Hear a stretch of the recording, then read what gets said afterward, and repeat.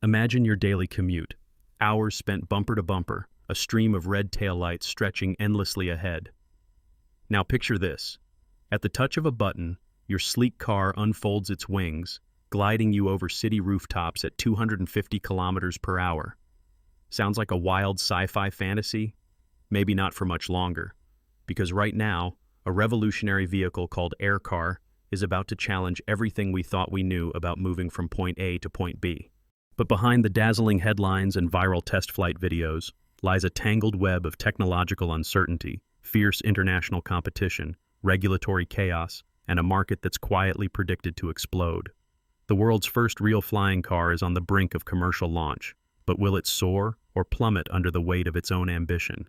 Let's take a journey into the race for the sky, where the dream of sci-fi is colliding head-on with an avalanche of real-world problems, powerful corporate interests, and a potential new era for global mobility. And at the heart of it all, the AirCar. Let's rewind. The concept of a flying car is older than many people realize. For more than a century, inventors and dreamers have sought to free humanity from the tyranny of traffic and gravity alike. In the roaring 1920s, Henry Ford himself tinkered with the idea, famously declaring, "Mark my words, a combination airplane and motor car is coming. You may smile, but it will come." Yet decade after decade, flying cars remained the punchline of futuristic cartoons, bogged down by engineering headaches, enormous costs, and a total lack of infrastructure. While aviation leapt ahead with supersonic jets and space travel, the promise of everyday cars taking to the skies looked more like a utopian fantasy than a business plan. But that was then. In the 21st century, everything changed. A wave of technological breakthroughs, electric propulsion, ultralight materials, powerful batteries, and advanced autonomous systems breathed new life into the dream. Suddenly, investors smelled opportunity. Startups sprouted from Silicon Valley to Shenzhen, each chasing the holy grail, making flight as easy as driving. Yet something even bolder is brewing in an unexpected corner of Europe. In Slovakia, a tiny company with a staggering vision, Klein Vision, has built not just a prototype, but a working, certified road and air vehicle, the AirCar. In 2021, the AirCar made headlines around the world by completing a historic intercity flight from Nitra to Bratislava, transforming in just over 2 minutes from a sleek sports car to a two-seater aircraft. Imagine rolling off the highway, taxiing to the runway, and then taking off within minutes. No wonder the world took notice. And recognition followed. Klein Vision's founder, Stefan Klein, was recently honored with the Special Recognition Award for Engineering Excellence by the Living Legends of Aviation. In his words, the AirCar fulfills a lifelong dream to bring the freedom of flight into the hands of everyday people. With the launch of our production prototype, we are one step closer to transforming how the world moves, merging the road and the sky into a new dimension of personal mobility. But what actually makes the AirCar different? Let's get technical for a second. At its heart is a 1.6-liter BMW petrol engine, combined with a lightweight composite structure for maximum efficiency. The AirCar's transformation from car to aircraft takes just 2 minutes and 15 seconds. Its wings and tail extend or retract with a dramatic, futuristic flourish. On the road, it can cruise at 200 kilometers per hour. In the air, it reaches over 250 kilometers per hour, with a maximum flying range of 1,000 kilometers. And safety? The AirCar's team isn't taking shortcuts. The prototype has completed over 500 takeoffs and landings, and even boasts a ballistic parachute system, a last resort safety net if something goes wrong in the sky. It's designed to meet rigorous European Aviation Safety Agency (ESA) standards, and it received a certificate of airworthiness from Slovak regulators after passing 70 hours of demanding flight testing. But perhaps most significantly, Klein Vision is not just showing off technology. They're aiming for mass production as soon as 2026. The AirCar 2, a production-ready prototype, is about to begin live testing. According to co-founder Anton Zajac, it will be priced between $800,000 and $1 million, a fortune for most, but a potential game-changer for high-end buyers, air taxi operators, and perhaps one day, the broader public. The numbers paint a staggering picture. According to industry forecasts, the global flying car market could hit $4.18 billion by 2035, with an annual growth rate above 34%. And that's just the start. One J.P. Morgan analyst estimates that the market for electric vertical takeoff and landing, EVTOL, could swell to $1 trillion if, and only if, flying cars can overcome a series of regulatory hurdles, technological limitations, and public acceptance. Which brings us to the most pressing question. Can AirCar and its competitors actually make flying cars work in the real world? Or are we once again on the verge of a hype-fueled crash? Let's pull back the curtain on the brewing storm beneath the glossy headlines. The AirCar might be a technical marvel, but its journey from prototype to mass adoption is littered with gigantic obstacles that stretch across engineering, regulation, economics, and society itself. First, the regulatory nightmare. While the AirCar has ticked the box for a European certificate, that's just the beginning. Each country has its own maze of aviation and road safety laws. In the US, the Federal Aviation Administration is actively developing standards for new aircraft types, including eVTOLs. But as one FAA official privately admitted, roadable aircraft present entirely new challenges. Integrating them safely with both cars and planes is like merging chess and checkers onto the same board. Imagine the complexity. To operate on the road, the AirCar must meet automobile safety standards, airbags, crash tests, emissions. In the sky, it must satisfy aviation authorities on everything from airworthiness to pilot training. Even basic questions become thorny. Who's certified to drive and fly a car like this? Can you take off from any parking lot or only designated runways? Do you need both a driver's and a pilot's license? The regulatory patchwork is vast and, for now, unsolved. Second, the infrastructure gap. Unlike sci-fi skylines dotted with vertiports, today's cities are utterly unprepared for a surge of flying vehicles. The AirCar, for now, is designed to use existing airports, not much use for beating downtown gridlock. Companies in China, like Hebei Jiangxin, are betting big by acquiring manufacturing rights and planning new airports and flight schools, but these projects are years from reality and billions of dollars away. Building a real urban air mobility system would require a transformation of cityscapes, new vertiports, digital air corridors, and air traffic management systems powerful and safe enough to control an entire new dimension of movement. Urban planners are wary. You can't simply unleash hundreds of flying cars over a city, one warns. Without careful zoning, automated routes, and strict traffic management, you'd create 3D gridlock or worse, chaos in the air and on the ground. Next come the environmental and social concerns. A vehicle like the AirCar, powered by a petrol engine, raises serious questions about noise and emissions. Will the skies over our cities buzz with the drone of low-flying engines? Will access be restricted to the ultra-wealthy, turning the dream of flight into a new symbol of inequality? Environmental advocates are already sounding the alarm. The last thing dense cities need is more noise and air pollution. If flying cars aren't electric and quiet, they could be a disaster for urban life. And even if electric flying cars arrive, powering huge fleets of airborne vehicles will demand vast amounts of clean energy. And that's before we even talk about the environmental impact of materials, batteries, and increased air traffic. Then we face the toughest challenge of all, safety and public trust. Every new technology has its horror stories. For a flying car, the stakes are even higher. As one European safety regulator puts it, we're not just testing if a vehicle can fly, we're testing if it can crash, without killing its occupants or the people below. Aviation is unforgiving. Pilot error, mechanical failure, harsh weather, each can turn a routine flight into catastrophe. The AirCar's safety features are impressive, but until thousands of hours are logged in real-world conditions, no system can be considered truly proven. Even one high-profile accident could be catastrophic for public confidence and investor appetite. Finally, there's the economic battle heating up between global powers.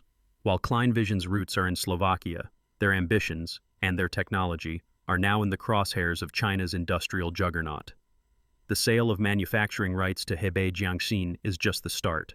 China aims to dominate the flying car market, with plans for new airports, massive investment, and a clear edge in scaling up production. The strategic stakes are enormous. Whoever controls the next mobility revolution could shape the future of urban life, regional economies, and perhaps even global geopolitics. Meanwhile, the US and Europe are moving cautiously. Regulatory delays, public skepticism, and fragmented infrastructure give China a chance to leapfrog traditional players. As one historian of technology notes, we've seen this play out before. Aircraft, electric cars, high-speed trains. The question is, who will own the narrative and the profits of the flying car era? So here we are, at the brink of a new age where sci-fi fantasies could finally become an everyday reality.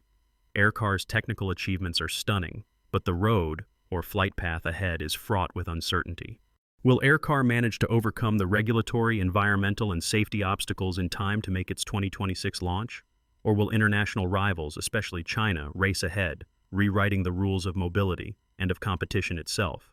And perhaps the most important question, if flying cars really take off, how will they transform not just our commutes, but the very shape of our cities, economies, and lives?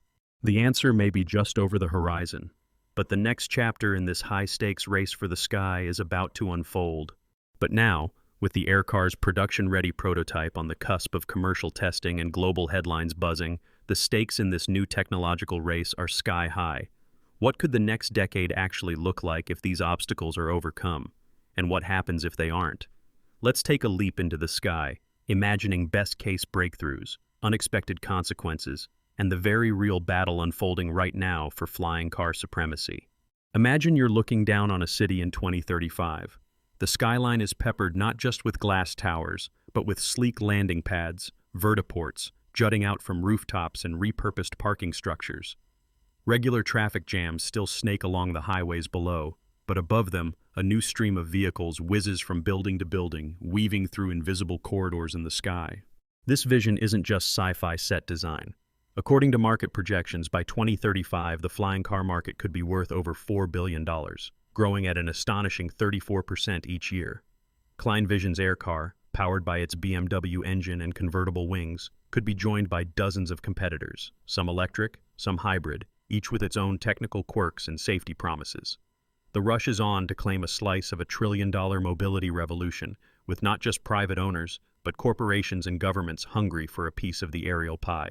But with these opportunities come huge, sometimes unexpected risks. Take noise and environmental impact. Urban planners warn that if flying cars run on traditional fuel or inefficient engines, they'll turn cities into noisy, polluted battlegrounds far above the old traffic jams.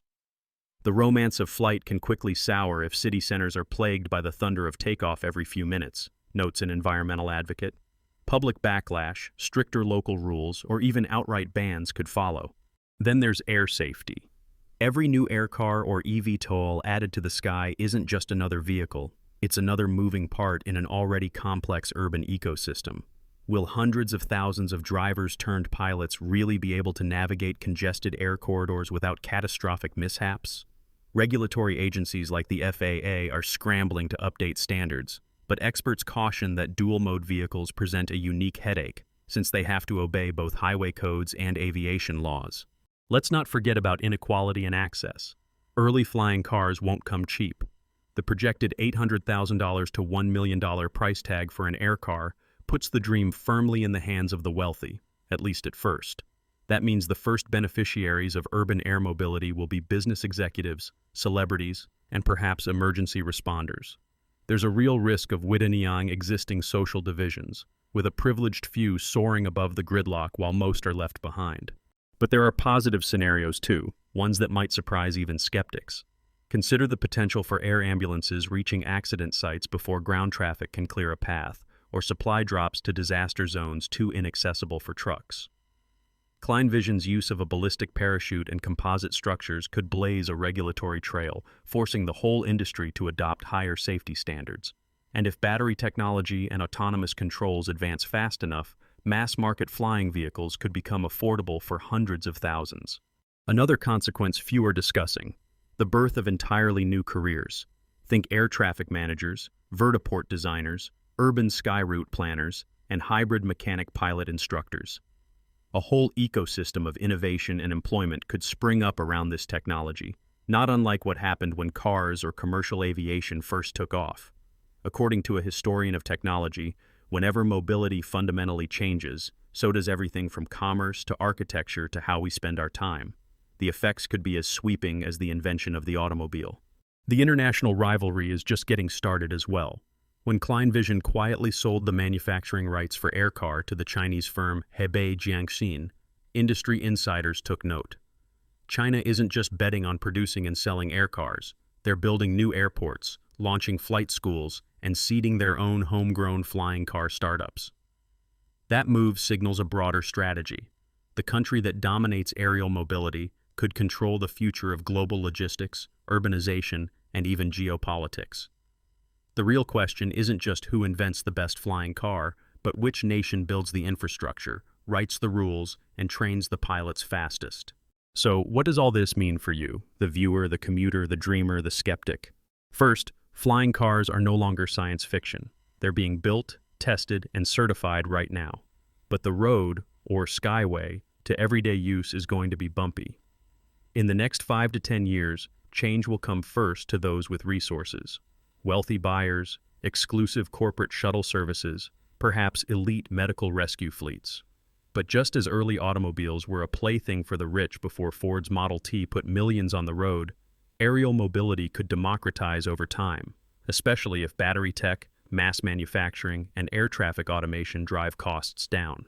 Second, these developments will reshape your world even if you never set foot in a flying car. Cities may start zoning for vertiports.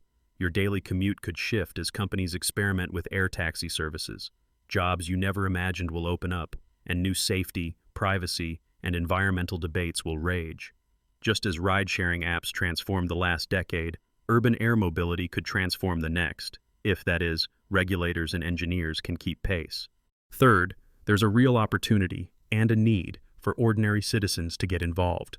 Public consultations on airspace use, urban planning, and environmental standards are starting now in cities around the world. Your voice matters. Whether you're excited about cutting your commute, worried about noise, or thinking about greener propulsion, you can help shape how these sky roads are built. Urban planners and city councils are more open than ever to public input, because they know the sky belongs to everyone, not just the first millionaires to buy an AirCar. Pragmatically, if you're looking for ways to prepare or benefit, consider the following.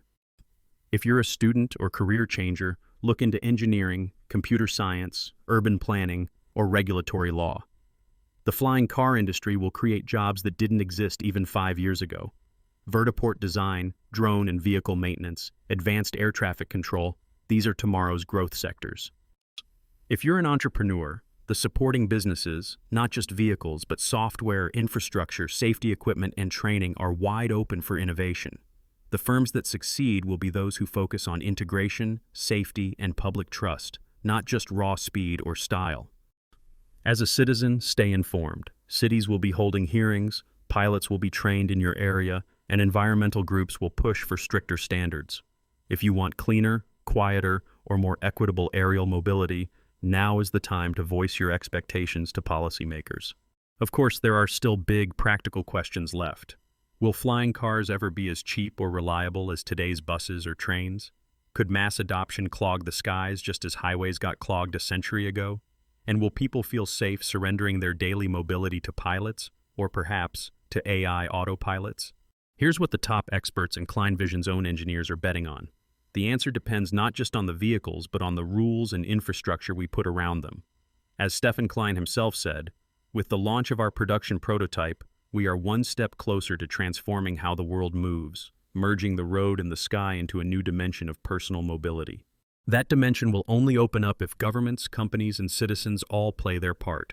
Regulations must be agile, not outdated. Infrastructure investment, vertiports, sky lanes, emergency response systems must keep up with technical advances. And crucially, the public must trust that safety isn't an afterthought, but the foundation. So, after a century of dreaming, have we finally arrived at the dawn of the flying car era? The answer is, we're at the runway, engines revving, but the tower hasn't cleared us for takeoff just yet. AirCar and its rivals have proven the technical concept. A car that flies, certified to European aviation standards, with hundreds of successful test flights. Yet the journey ahead is fraught with turbulence, legal, economic, and social. Who will claim dominance in this new era?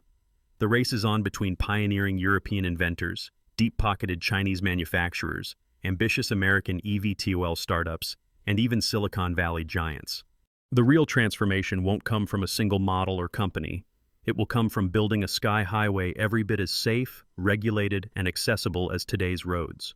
If we succeed, cities will be redrawn, commutes reinvented, and society could become more interconnected, or more divided, than ever before.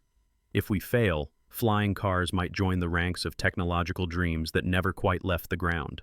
And for the secret fact we promised, While the AirCar's record-setting flight in 2021 was widely covered, what's less known is that the vehicle's control system is designed so that, with just minor training, any licensed pilot can fly it, no special type rating required.